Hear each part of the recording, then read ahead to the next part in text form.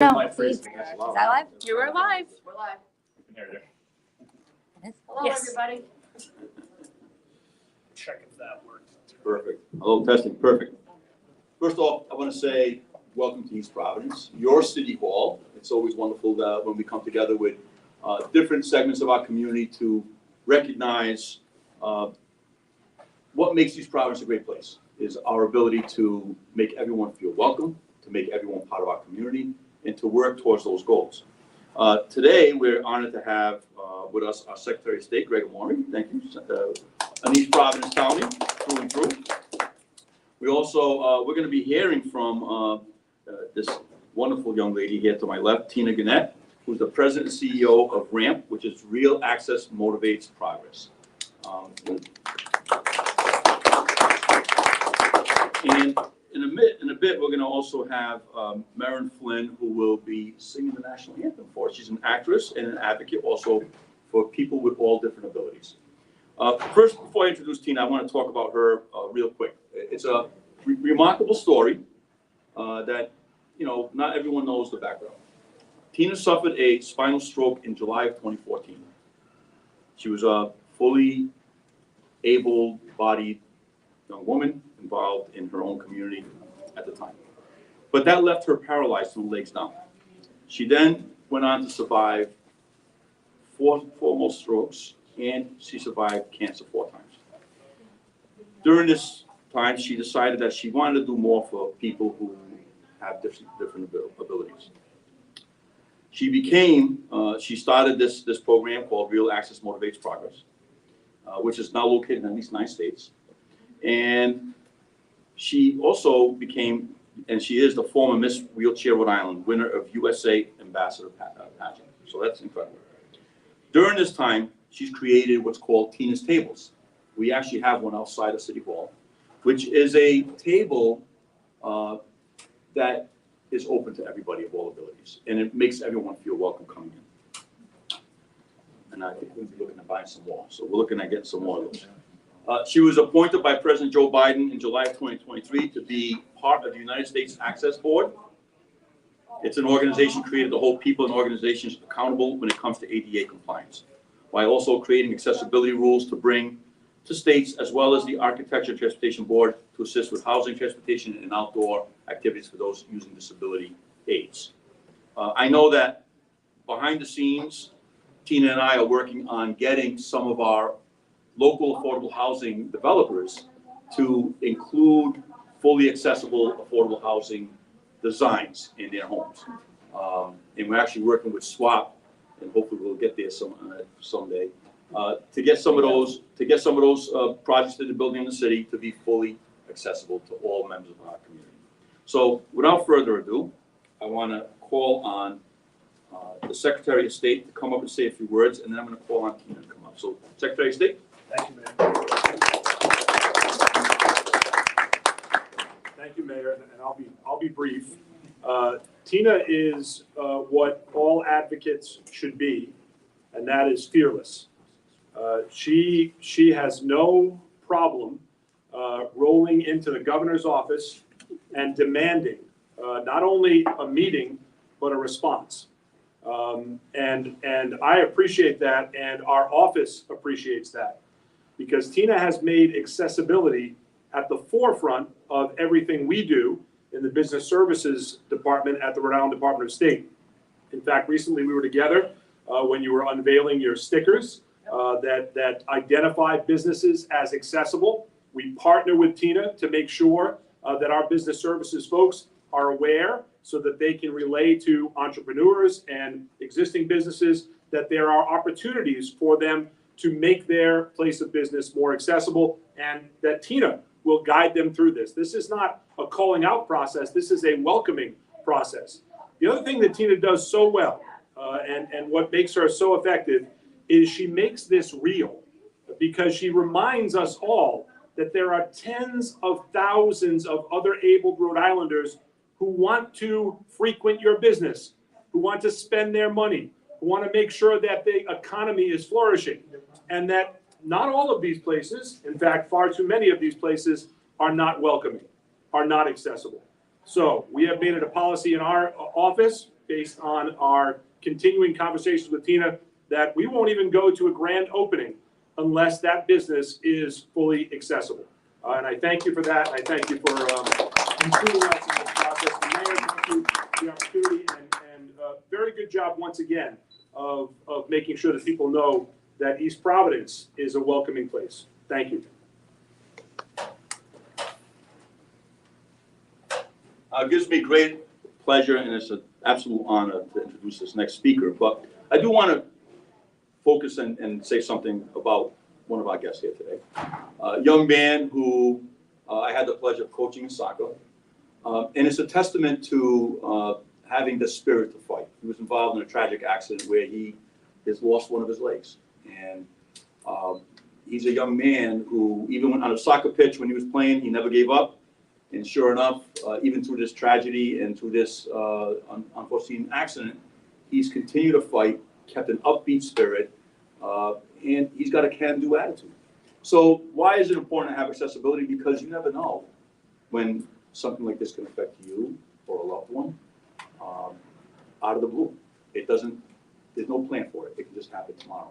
And we want all of our businesses to be fully accessible, and I know we're going to get there with the advocacy of Tina Gannett. Tina, come on.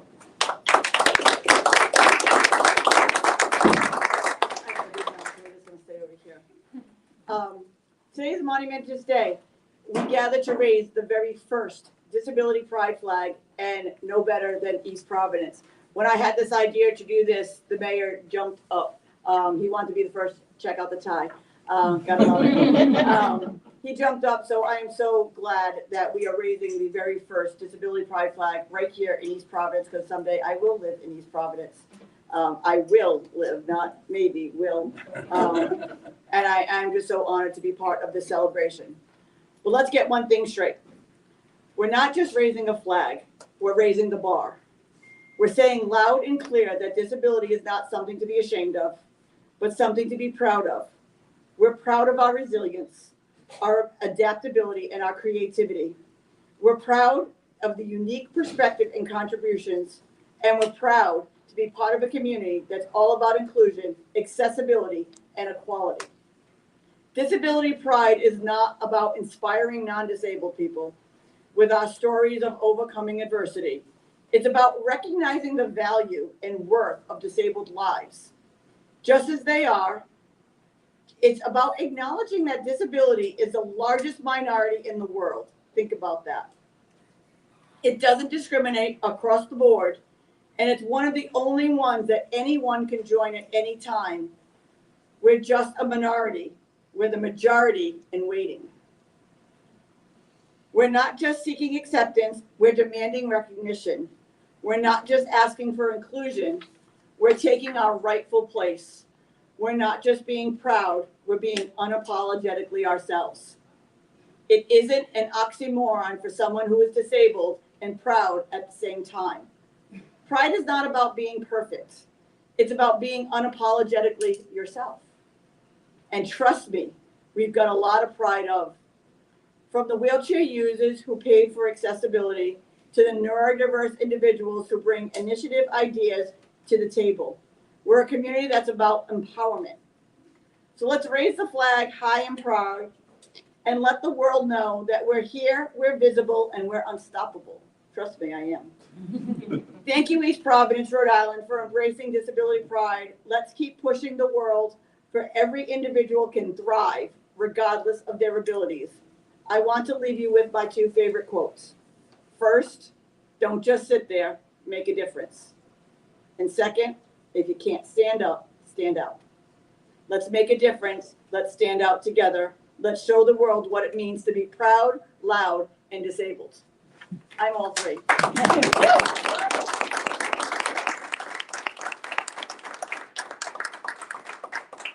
you, Tina. I want to ask Marion, you going to come up and say a few words also? Yeah. We're going to ask Marion to come up and say a few words. Marion Flint, actress. Any movies I should be looking about? Just local theaters. Local theaters, all right. Singer, yeah. And advocate, and I'd like to hear from her.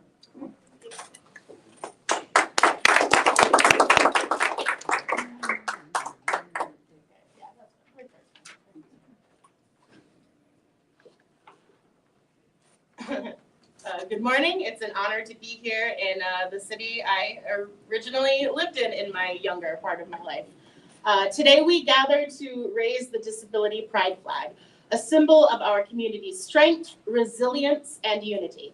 This flag represents the diversity of our experiences, the struggles we faced, and the triumphs we've achieved. Its colors hold deep meaning.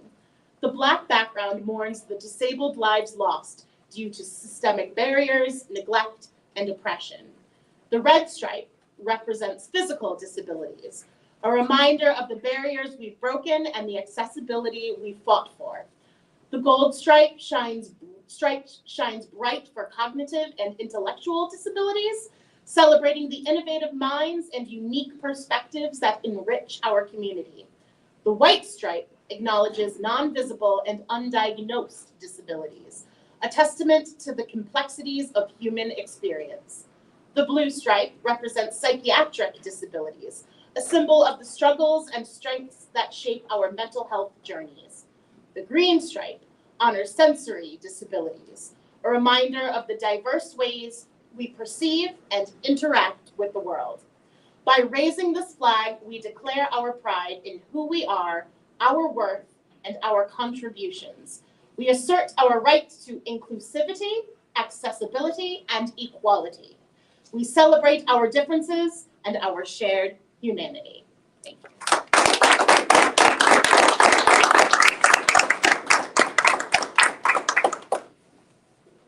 Thank you so much.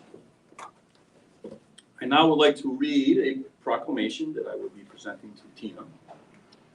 For the City of East Providence, 2024 Disability Pride Month. Whereas Disability Pride Month is celebrated nationally in the month of July, chosen to honor the enactment of the American with Disabilities Act, or commonly known as ADA, of 1990. Whereas the disability flag colors include red, symbolize physical, well, you guys all went through all that. Yeah, so I don't have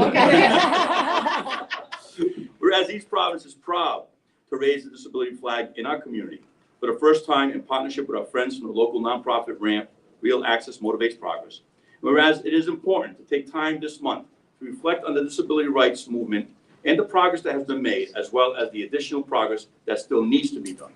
And whereas the City of East Providence recognizes that one of its greatest strengths is the diversity of its people, whereas our community believes in the dignity of all disabled individuals, supporting equity and ensuring that acts of discrimination, hatred, violence, and harassment will not be tolerated.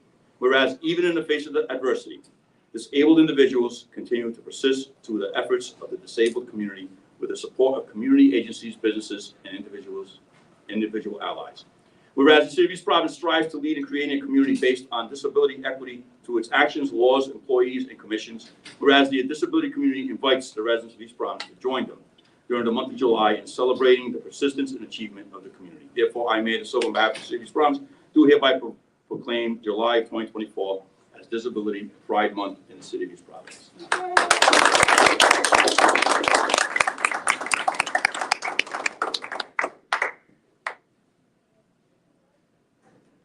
I do want to recognize that in attendance with us today is our HR Director, Rob Perry, our Municipal Integrity Officer, who's here with us today, Elma Pina, our Councilman for Ward 4, Rick Lawson, and I'm trying to... Vivian Spencer. I knew I forgot someone that was on this. Vivian Spencer from Sheldon Whitehouse's office, who's here with us today. Thank you. And the rest of you, we really want to thank you for being here today as we go outside now to raise the flag. So why don't we all just go outside and get that flag raised? Let's do it. Let's go. What do you want me to do with that?